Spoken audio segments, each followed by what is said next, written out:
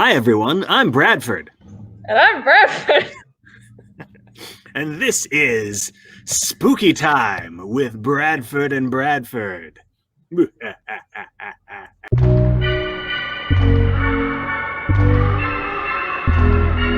Today we're talking about a film that is based upon a novella by Stephen King and Joe Hill, and it's called In the Tall Grass. And so we watched this movie. This is on Netflix. I think it came out like a year ago, something like that. Yeah, something like that. So let's get to it. Now, we will be talking about spoilers. So if you haven't seen In the Tall Grass and you don't want anything spoiled, then you should stop watching now. But if you've seen it or you don't care about spoilers, then keep watching as we talk about the plot and the themes. The basic plot of this movie is that it involves a young pregnant woman and her brother driving across country through, I think, Kansas, maybe. And so they stop on the side of the road, and they're next to very tall grass. They hear a little boy's voice calling for help, and so they decide to go and run into the grass to save the little boy. But when they're in the tall grass, oh, weird things happen. Time is out of joint, and they can't Direction find is each too. other. What's that? Direction is as well. Yes. So they quickly get separated from one another, the brother and the sister, and they're looking for the boy. And as we, I don't want to give the whole plot away right now, but I will say that's the main conflict, that they get lost in the grass, and they encounter things like a little boy who may or may not be creepy, the boy's dad, Ross, who's definitely a jerk.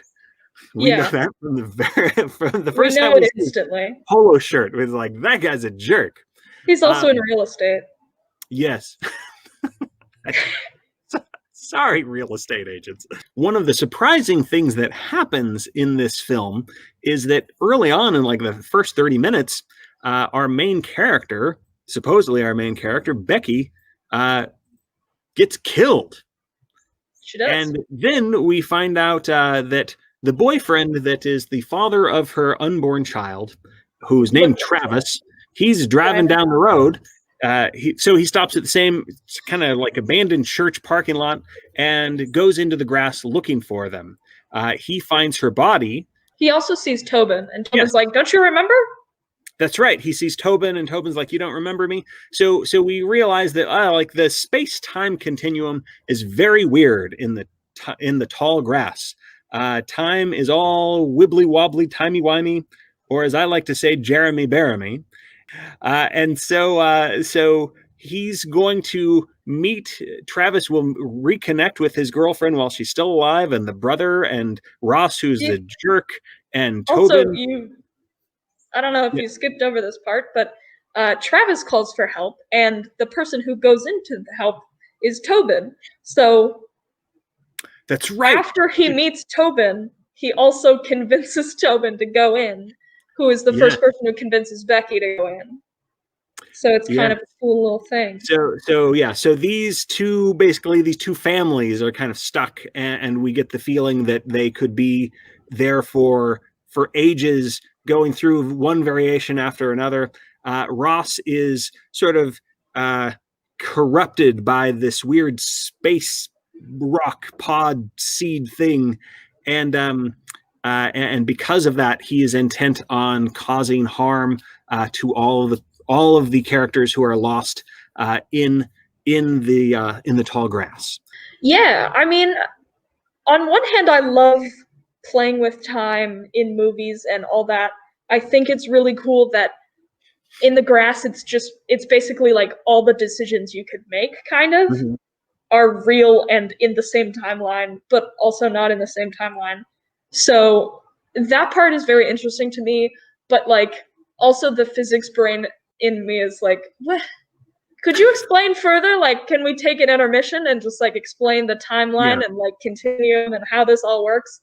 I haven't read this book, but I know that Stephen King's writing is scary because he gives you a lot of information, and usually in film, things are scary because you don't have a lot of information. So whenever you try to convert a Stephen King horror book, or any horror book, I guess, to a movie, you kind of have to change the spirit of it, which I think happens in this movie. And I was like, I want to read the book so I know what this is, because I don't know what this is. So on one hand, the themes were like very intriguing to me, but on the other, I just wanted to know more about basically everything. So I will give plot and themes, I will give it a 7. Okay. Yeah, I think I'll give it a 7.5, minusing 2.5 for the lack of information I'm given. All right, acting and characterization. Well, I went first last time, so I'll let you go for this one.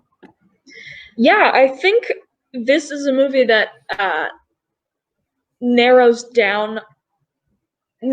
into humanity a lot, even though there's this outside force of evil. The evil is corrupting the people inside the grass. So we do have this like shifting space and time, but this, I guess you'd call him a secondary antagonist, is whatever his name is, real estate man. Ross. Ross. Here's my car. Trying to do harm to people. So I think it does a really good job of kind of focusing on the humanity of each and every one of these characters, except for Ross's wife. She's just kind of there, and then she dies. So it's pretty good characterization. There's no character where it's like, wow, I loved spending time with this character, or I really absolutely, hated this character. So what score would you give acting and characterization? I thought it was pretty well done. But on the other hand, I don't think any of them felt like real people. But I do think they were like well-rounded characters. So I'd give it an 8. Give it an 8. Okay.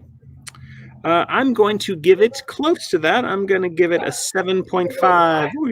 I will say this. I love that there is a bowling alley, an abandoned bowling alley that's out in the middle of the tall grass. And I want to know the story of that very the optimistic owner of a bowling alley is like, I'm going to build it out here. It's like there's customers went missing. There's a church across the way, and then there's a bowling alley. Like people will come. It could be a sequel to Field of Dreams. It's true. Right? Yeah. His customers go missing, and it's like, doggone it. My customers keep disappearing. Don't go in there. Just come bowl. Don't go out in the grass. Bowl. Don't listen to people. Don't even go in that little tiny patch of grass in the parking lot. Not even that one. I think it's kind of a very unique style and tone. They managed to make the setting of a grass field like interesting for the whole time, which is pretty impressive. I don't know how I feel about like the style and tone of like the main source of evil, because I don't know if it's like, was it alien or just there? I don't know, because we get like some pictographs of people. Then there's the people in the grass that are kind of like covered with grass and grass costumes. Yeah. They're indigenous, they're alien. We didn't get answers, and that's okay. But I did really like the unique creepiness of being stuck in a field, and like I think that aspect was pulled off very well. Cool. Yes, so I'm going to give style and tone an 8.5. I'm also going to give it an 8.5. Okay. All right. That means we move on to visual effects and sound effects. This one we saw a number of different bodies that are, some of them are old and decomposed, and some of them are recently killed. That was probably the most visual effectsy kind of stuff that I remember. Yeah, most of the gore was somebody getting stabbed, but that wasn't too over the top. Yeah, so what do you want to give visual effects? Yeah, I was gonna bring up that root scene as like my favorite aspect of the visual effects. Even though we don't get a lot of information, I do like it's raining and lightning, and because of the low lighting, you're like, those are roots, but then they're people. So I think that's a really creative imagery. I'm gonna give it a 7.5, I think. 7.5. I will give it a 7. Pretty close to yours. All right. Now we're at spookiness. It's getting very dark out and very spooky out here. All right. So, Bradford, how spooky was this movie? This movie was pretty good at, I think, maintaining tension, and that's obviously a big aspect of spookiness within a movie. Since we don't know a lot about like the root of all this like pain and suffering, it's hard to get behind in like the final act. I feel like I wanted more of a payoff and more of a reveal as to why they're going through this. But yeah, I think it did a pretty good job of like creating this awful situation to be in.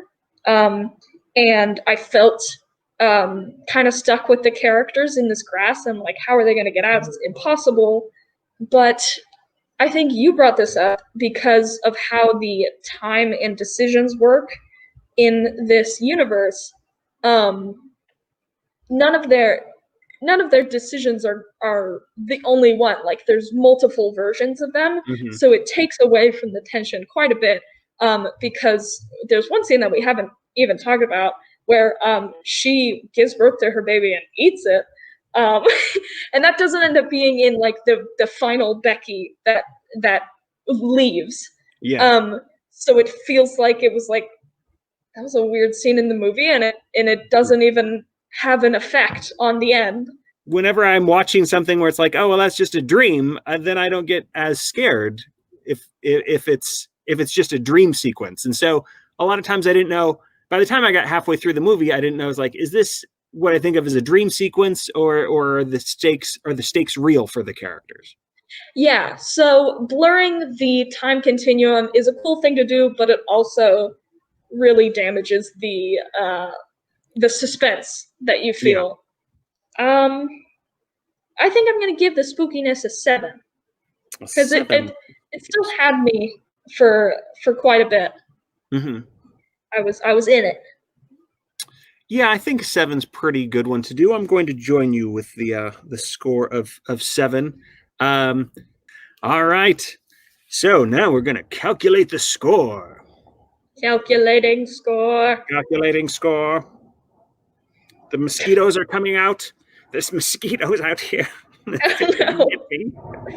That's spooky. All right. If I calculated this correctly, the final score is 75.5. All right. All right. So it gets a solid C, right?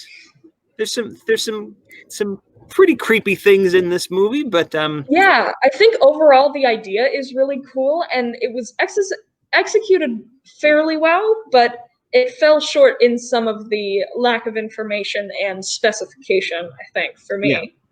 Yeah, I think overall, I'd describe this movie as a fun ride. A fun ride through the tall grass. Through the tall grass. What movie are we going to watch next time on Spookytime with Bradford and Bradford? I don't know, but I was looking at one on Shudder called Mutilator, which apparently had, I think it had an unrated version, and then it was like, you gotta cut down on the gore, man. But I think on my Shudder subscription, it might still have the gore. So Ooh, that'd be a good one. Or we can rewatch The Shining, whatever you want to do.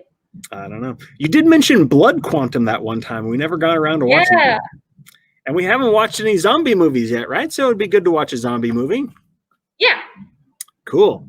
Well, who knows what we'll see, but we will see something soon on Spookytime with Bradford and Bradford. Until then...